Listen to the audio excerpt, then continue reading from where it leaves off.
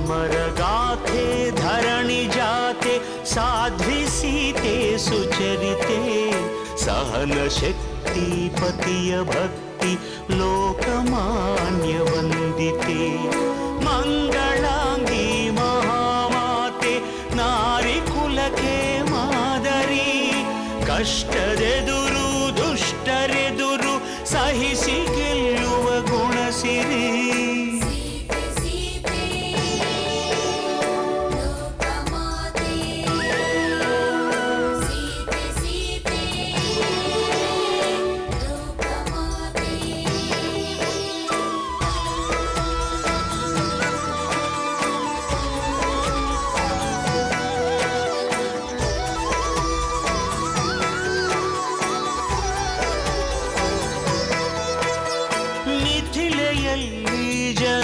ಕುಲಕ್ಕೆ ಬೆಳಕು ತಂದ ಜಾನಕಿ ಸ್ವಯಂ ವರದಿ ಧನುವ ಮುರಿದ ರಾಮಚಂದ್ರನ ನಾಯಕಿ ಪಟ್ಟದರಸಿಯಾಗುವಂಥ ಭಾಗ್ಯ ಸಿಗುವ ಸಮಯದಿ ದಟ್ಟ ಅಡವಿಯ ಹೊಕ್ಕಿ ನಡೆದಳು ಪತಿಯ ಜೊತೆಗೆ ಪ್ರೇಮದಿ ಪ್ರೇಮ ಪೂರ್ಣೆ ತ್ಯಾಗಶೀಲೆ ಸೂರ್ಯ ಕುಲಕ್ಕೆ ಜ್ಯೋತಿಯು ಉರಿವ ಬೆಂಕಿ ಸುಡದು ಇವಳ ನೀತಿಗಂತ ಶಕ್ತಿಯು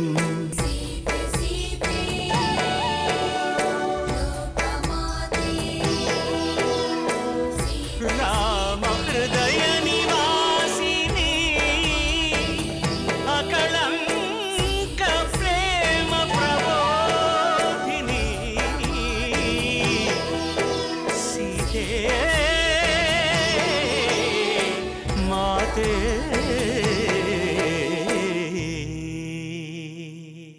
ಮಹಾಬಲಶಾಲಿಯಾದ ನನ್ನ ಪುತ್ರ ಮೇಘನಾದನಿಗೆ ಸೋತೆಯಲ್ಲ. ರಾವಣ, ನಿನ್ನ ಈ ಪುತ್ರ ಮೇಘನಾದನಿಗೆ ನಾನು ಸೋಲುವವನಲ್ಲ. ನಿನ್ನನ್ನು ನೋಡಬೇಕೆಂದು ಮತ್ತು ಬ್ರಹ್ಮಾಸ್ತ್ರಕ್ಕೆ ಗೌರವ ನೀಡಬೇಕೆಂದು ನಾನು ಬಂಧಿತನಾದನೇ ಹೊರತು ಈ ನಿನ್ನ ಪುತ್ರನ ಪರಾಕ್ರಮಕ್ಕಲ್ಲ. ಆ ನರಮಾರವ ನನ್ನನ್ನೇನು ಮಾಡಬಲ್ಲ? ರಾವಣ, ನನ್ನ ಮಾತನ್ನು ಕೇಳು. ಶ್ರೀರಾಮನಿಗೆ ಅಂಥ ಘೋರವಾದ ಅಪರಾಧ ಮಾಡಿದ ಮೇಲೆ ನೀನು ಸುಖದಿಂದ ಜೀವಿಸಲು ಸಾಧ್ಯವೇ ಇಲ್ಲ. ಮುಂದೆ ರಣಕಹಳೆ ಮೊಳಗಿದರೆ ನಿನ್ನ ಅಂತ್ಯ ಎಂಬುದನ್ನು ನೆನಪಿಸುತ್ತಿದ್ದೇನೆ. ಹಲವು ಅಪರಾಧಗಳನ್ನು ಮಾಡಿರುವ ಈ ಕಪ್ಪಿಗೆ ಘೋರ ಶಿಕ್ಷೆಯನ್ನು ವಿಧಿಸಬೇಕು. ಭಲೆ, ಸರಿಯಾಗಿ ಹೇಳಿದ ಪುತ್ರ. ಪಾಪಿಗಳನ್ನು ವಧಿಸುವುದೇ ಧರ್ಮ. ಈ ಕಪಿಯನ್ನು ಕೊಲ್ಲುವುದು ನ್ಯಾಯವಾಗಿಯೇ ಇದೆ.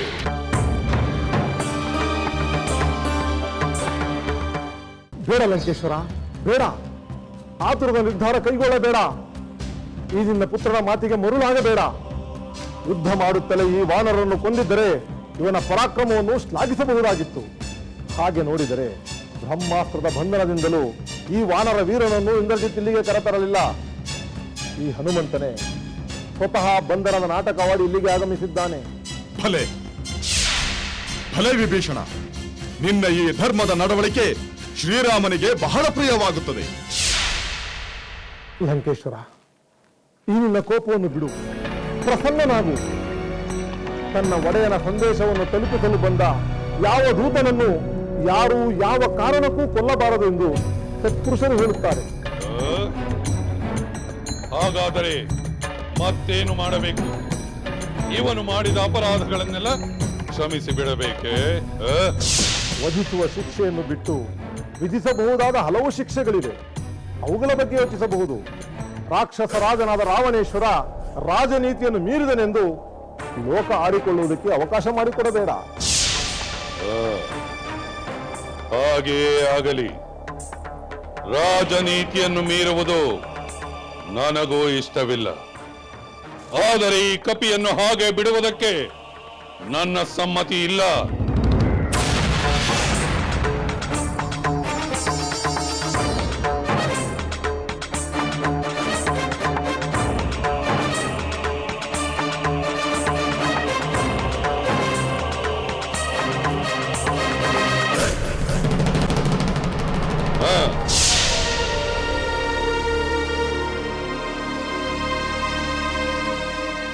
ಯೋತವದೇ ನಿಂದ್ಯವೆಂದು ನಾನು ಒಪ್ಪುತ್ತೇನೆ. ಈ ಕಪಿಗೆ ತಕ್ಕ ಶಿಕ್ಷೆಯನ್ನೇ ನೀಡುತ್ತೇನೆ. ಕಪಿಗಳಿಗೆ ಬಾಲವೇ ಭೂಷಣ. ಈ ಕಪಿಯ ಬಾಲಕ್ಕೆ ಬೆಂಕಿ ಹಚ್ಚಿ ಬಾಲ ಸುಟ್ಟುಕೊಂಡ ಈ ಕಪಿಯನ್ನು ಲಂಕೆಯ ಜನರು ನೋಡಿ ಆನಂದಿಸಲಿ. ಇವನನ್ನು ಎಳೆದೊಯ್ದು ಬಾಲಕ್ಕೆ ಬೆಂಕಿ ಹಚ್ಚಿದ ನಂತರ ನಗರದ ಎಲ್ಲೆಡೆ ಕರೆದೊಯ್ಯಿರಿ.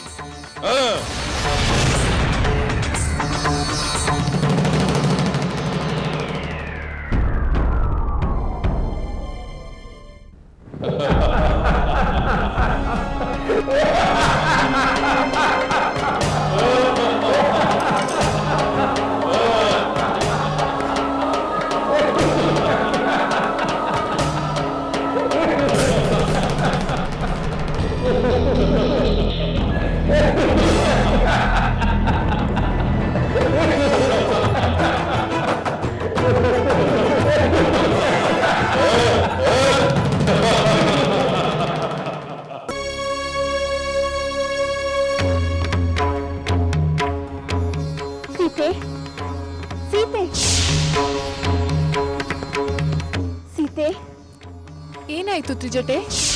ನಾನು ಕಂಡ ಕನಸು ನನಸಾಗಲು ಆರಂಭವಾಗಿದೆ. ಕಪಿಯೊಂದು ನಿನ್ನೊಡನೆ ಮಾತನಾಡಿತು ಎಂದೇ ಅಲ್ಲ, ಆ ಕಪಿಯ ಬಾಲಕ್ಕೆ ಬೆಂಕಿ ಹಚ್ಚಿದ್ದಾರೆ. ಅದು ದಗದಗನೆ ಉರಿಯುತ್ತಿದೆ. ರಾಕ್ಷಸರು ಆ ಕಪಿಯನ್ನು ಲಂಕಾನಗರದಲ್ಲಿ ಸುತ್ತಾಡಿಸುತ್ತಿದ್ದಾರೆ. ಅಯ್ಯೋ, ಹೌದೇ? ಹೌದು, ಅದು ರಾವಣ ತಾನೇ ನೀಡಿದ ಶಿಕ್ಷೆಯಂತೆ. ನನ್ನ ಸ್ವಾಮಿಯ ಸಂದೇಶವನ್ನು ತಿಳಿಸಲು ಸಾಗರವನ್ನು ದಾಟಿ ಬಂದ ಹನುಮಂತನಿಗೆ ಇಂಥ ಹಿಂಸೆಯೇ? ಯಜ್ಞೇಶ್ವರ, ನಾನು ಪತಿವ್ರತ ಧರ್ಮವನ್ನು ನಿಷ್ಠೆಯಿಂದ ಪಾಲಿಸಿದ್ದರೆ ನೀನು ಹನುಮಂತನ ವಿಷಯದಲ್ಲಿ ಶೀತಲನಾಗು. ನಿನ್ನ ಬೆಂಕಿ ಅವನನ್ನು ಸುಡದಿರಲಿ.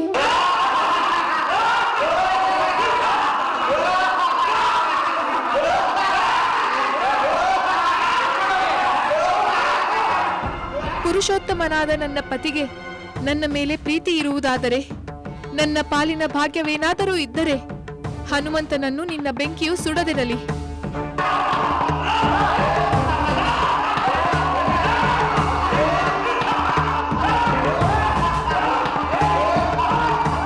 ಧರ್ಮಾತ್ಮನಾದ ಶ್ರೀರಾಮ, ನಾನು ಸದಾಚಾರ ಸಂಪನ್ನಳೆಂದು ತಿಳಿದಿದ್ದರೆ ನೀನು ಹನುಮಂತನಿಗೆ ಶೀತಲನಾಗು. ಅವನನ್ನು ಸುಡಬೇಡ.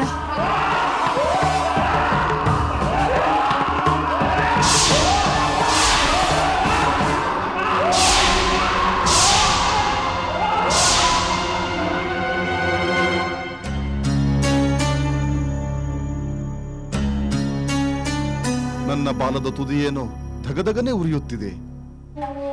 ಆದರೆ ಅದು ನನ್ನನ್ನು ಸುಡುತ್ತಿಲ್ಲ, ಸ್ವಲ್ಪವೂ ನೋವಾಗುತ್ತಿಲ್ಲ. ಬಾಲದ ತುದಿಯಲ್ಲಿ ಮಂಜುಗಡ್ಡೆಯನ್ನಿಟ್ಟಿರುವಂತೆ ತಣ್ಣಗಿದೆ. ಅಥವಾ ಶ್ರೀರಾಮನ ಪ್ರಭಾವದಿಂದ ಈ ಬೆಂಕಿ ಕೂಡ ನನ್ನ ಪಾಲಿಗೆ ಶೀತಲವಾಗಿ ಪರಿಣಮಿಸಿರಬಹುದು. ನಾನು ಸಮುದ್ರವನ್ನು ಹಾರಿ ಬರುವಾಗ ಸಮುದ್ರದಿಂದ ಪರ್ವತವು ಮೇಲೆದ್ದು ಬಂದ ಅಚ್ಚರಿಯನ್ನು ನೋಡಿದೆನಲ್ಲವೇ? ನೀನು 100 ಯೋಜನಾ ಸಮುದ್ರವನ್ನು ದಾಟುವ ಅತ್ಯಂತ ದುಷ್ಕರವಾದ ಕಾರ್ಯವನ್ನು ಮಾಡಿರುವೆ. ನೀನು ನನ್ನ ಶಿಖರದ ಮೇಲೆ ಸ್ವಲ್ಪ ಹೊತ್ತು ಕುಳಿತು ವಿಶ್ರಮಿಸಿಕೊಂಡು ನಂತರ ಪ್ರಯಾಣವನ್ನು ಮುಂದುವರಿಸು. ಇದು ಸಮುದ್ರ ರಾಜನ ಅಭಿಲಾಷೆಯಾಗಿದೆ. ಇದು ಸಮುದ್ರ ರಾಜನ ಅಭಿಲಾಷೆಯೇ? ಹೌದು ವಾನರ ವೀರ. ಏಕೆಂದರೆ ಶ್ರೀರಾಮನ ವಂಶದಲ್ಲಿ ಹುಟ್ಟಿದ ಸಗರನಿಂದಲೇ ಸಮುದ್ರ ರಾಜ ಅಭಿವೃದ್ಧಿ ಹೊಂದಿದ್ದಾನೆ. ರಘುಕುಲದವರೇ ಅವನ ಅಸ್ತಿತ್ವಕ್ಕೆ ಕಾರಣರು. ಹೌದೇನು? ಸಮುದ್ರ ರಾಜನಿಗೂ ಮೈನಾಕನಿಗೂ ಶ್ರೀರಾಮನ ವಿಷಯದಲ್ಲಿ ಅಷ್ಟೊಂದು ಪ್ರೀತಿ ಗೌರವಗಳಿರುವಾಗ ಅಗ್ನಿದೇವನಿಗೂ ಇರಬಹುದಲ್ಲವೇ? ಯಜ್ಞೇಶ್ವರ, ನಾನು ಪತಿವ್ರತ ಧರ್ಮವನ್ನು ನಿಷ್ಠೆಯಿಂದ ಪಾಲಿಸಿದ್ದರೆ ನೀನು ಹನುಮಂತನ ವಿಷಯದಲ್ಲಿ ಶೀತಲನಾಗು. ನಿನ್ನ ಬೆಂಕಿ ಅವನನ್ನು ಸುಡದಿರಲಿ. ಬಹುಶಃ ಸೀತಾದೇವಿಯ ದಯಾಪರತೆಯಿಂದಲೂ ಶ್ರೀರಾಮನ ಕೃಪೆಯಿಂದಲೂ ಅಗ್ನಿಗೂ ನನ್ನ ತಂದೆ ವಾಯುದೇವನಿಗೂ ಇರುವ ಸ್ನೇಹದಿಂದಲೂ ಬೆಂಕಿ ನನ್ನನ್ನು ಸುಡುತ್ತಿಲ್ಲ. ಹೌದು, ಅದೇ ನಿಜ. ಇರಲಿ, ಯಾವ ಲಂಕೆಯ ಒಡೆಯನ ಆಜ್ಞೆಯಂತೆ ಈ ಬೆಂಕಿಯನ್ನು ಹೊತ್ತಿಸಿದರೋ ಆ ಲಂಕೆಯನ್ನೇ ಈ ಬೆಂಕಿಯಿಂದ ಸುಡುತ್ತೇನೆ.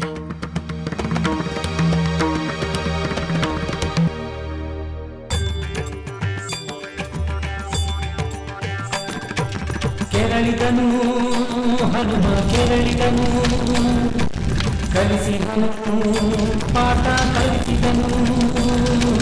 ಕೆರಳಿದನು ಹನುಮ ಕೆರಳಿದನು, ಕಲಿಸಿದನು ಪಾಠ ಯಾವ ಲಂಕೆಯ ಒಡೆಯನ ಆಜ್ಞೆಯಂತೆ ರಾವಣನ ಲಂಕಾನ ಗರ್ವ ಮಾಡಿದನು ನಾಶ.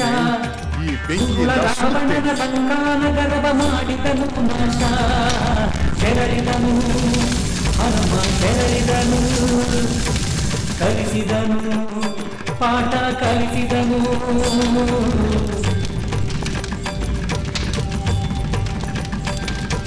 ಕಪಿವರನ ಬಳಕೆ ಸಾಟಿಯುಂಟೆ, ಲಂಕೆಯ ಸುದ್ದಿಹ ಜ್ವಾಲೆಯ ತಡೆಬರುಂಟೆ.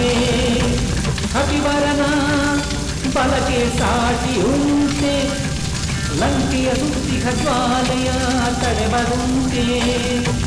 ಭವನ ಭವನಗಳ ನುಗ್ಗಿದನು, ಎಲ್ಲೆಡೆ ಬೆಂಕಿಯ ಹಚ್ಚಿದನು. ಸಂಖ್ಯೆಯಿಲ್ಲದೆ ಲಂಕಾ ನಗರವ ಸುತ್ತಿದನು. ಭವನ ಭವನಗಳ ನುಗ್ಗಿದನು, ಎಲ್ಲೆಡೆ ಬೆಂಕಿಯ ಹಚ್ಚಿದನು. ಸಂಖ್ಯೆಯಿಲ್ಲದೆ ಲಂಕಾ ನಗರವ ಸುತ್ತಿದನು.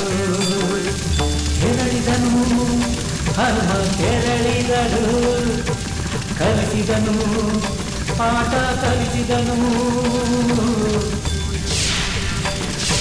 ಹನುಮನ ಬಾಲಕ್ಕೆ ಬೆಂಕಿಯ ಹಚ್ಚಿದರು ಪಾಪ, ಕೆರಳಿದ ಮಾರುತಿ ಕೋಪವೇ ಲಂಕೆಗೆ ತಾಪ. ಹನುಮನ ಬಾಲಕ್ಕೆ ಬೆಂಕಿಯ ಹಚ್ಚಿದರು ಪಾಪ, ಕೆರಳಿದ ಮಾರುತಿ ಕೋಪವೇ ಲಂಕೆಗೆ ತಾಪ. ಅಶೋಕವನ ಧ್ವಂಸದಿ ಆರಂಭವಾಯಿತು, ರಾವಣನ ವೈಭವದ ಅಂತ್ಯಕಾಲ. ಅಶೋಕವನ ಧ್ವಂಸದಿ ಆರಂಭವಾಯಿತು, ರಾವಣನ ವೈಭವದ ಅಂತ್ಯಕಾಲ. ಕೆರಳಿದನು ಹನುಮ ಕೆರಳಿದನು, ಕಲಿಸಿದನು ಪಾಠ ಕಲಿಸಿದನು. ಕೆರಳಿದನು ಹನುಮ ಕೆರಳಿದನು, ಕಲಿಸಿದನು ಪಾಠ ಕಲಿಸಿದನು.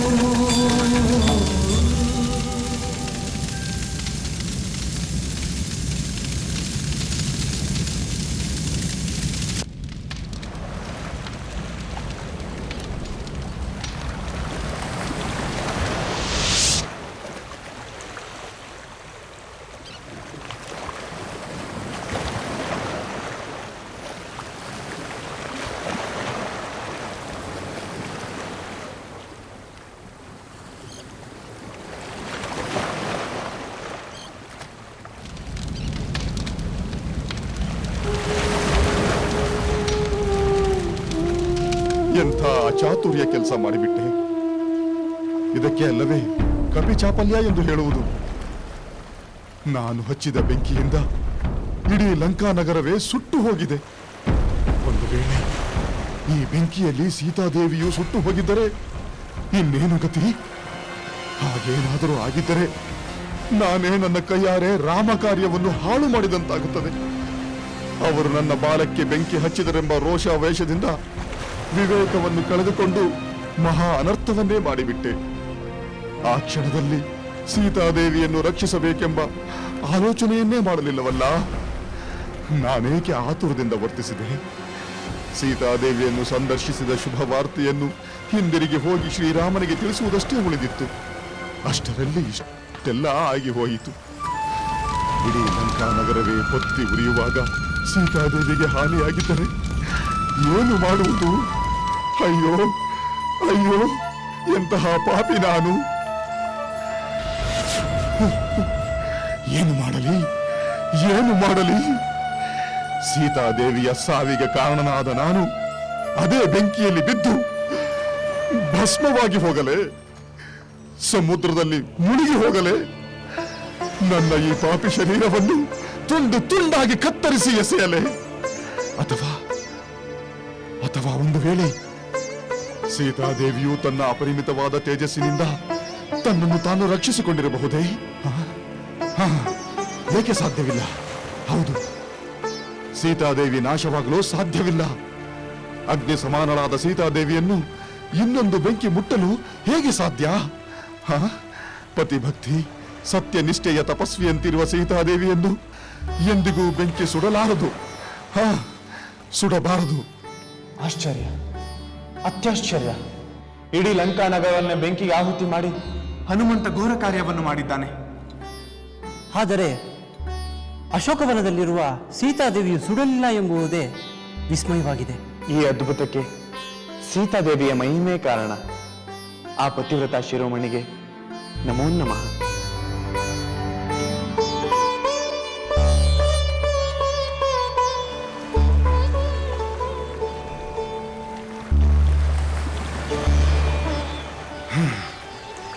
ಅಬ್ಬಾ, ಈಗ ಸಮಾಧಾನವಾಯಿತು. ದೇವತೆಗಳ ಮಾತು ಸುಳ್ಳಾಗಲು ಹೇಗೆ ಸಾಧ್ಯ? ನನ್ನಿಂದ ಪಾಪ ಕಾರ್ಯವಾಯಿತೆಂಬ ಭಯ ನಿವಾರಣೆಯಾಯಿತು. ಸುರಕ್ಷಿತವಾಗಿರುವ ಸೀತಾದೇವಿಯನ್ನು ನಾನು ಈಗಲೇ ಕಾಣಬೇಕು. ಹೌದು, ಈಗಲೇ.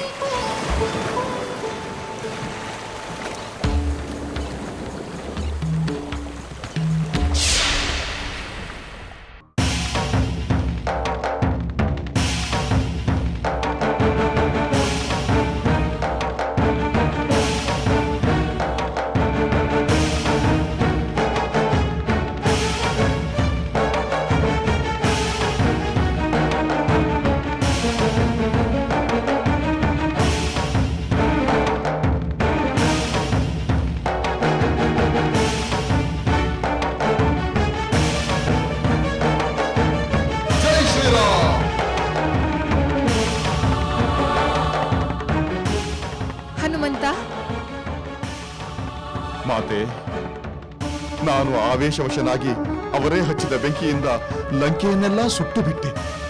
ಆ ಬೆಂಕಿಯಿಂದ ನಿಮಗೇನೋ ಕೇಡಾಗಿದೆ ಎಂದು ಭಯಭೀತಿಯಿಂದ ನಡುಗಿಬಿಟ್ಟೆ.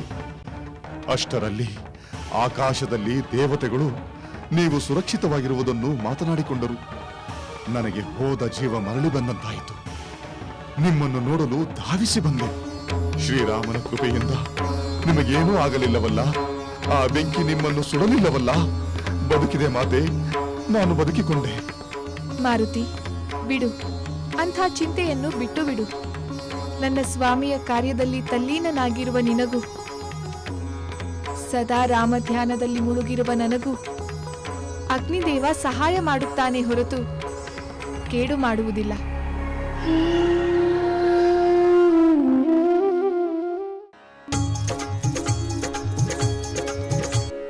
ಸಮರಾರೋ ನಿನಗೆ ಹನುಮಂತ, ಎದುರಾರೋ ನಿನಗೆ ಧೀಮಂತ.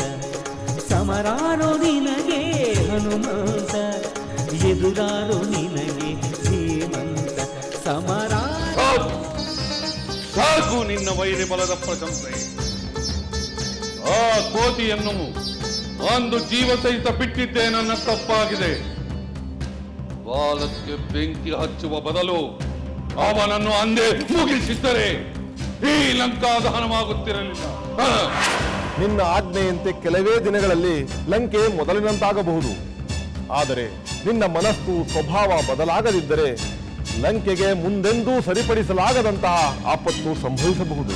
ಬೇರೆ ಯಾರಾದರೂ ಈ ಮಾತನ್ನಾಡಿದ್ದರೆ ಅವರ ರುಂಡ ಮುಂಡದ ಮೇಲಿರುತ್ತಿರಲಿಲ್ಲ.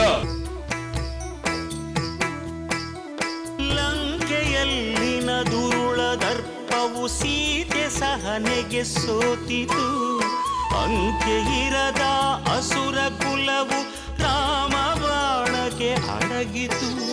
ದೂರವಿರಲಿ ಸನಿಹವಿರಲಿ ರಾಮ ಹೃದಯ ನಿವಾಸಿನಿ. ಯುಗವು ಯುಗವು ಸಾಗಲಿ ಅಕಳಂಕ ಪ್ರೇಮ ಪ್ರಬೋಧಿನಿ. ಅಮರ ಗಾಧೆ ಧರಣಿ ಜಾತೆ ಸಾಧ್ವೆ ಸೀತೆ ಸುಚರಿತೆ. ಸಹನ ಶಕ್ತಿ ಪತಿಯ ಭಕ್ತಿ ಲೋಕಮಾನ್ಯ ವಂದಿತೆ.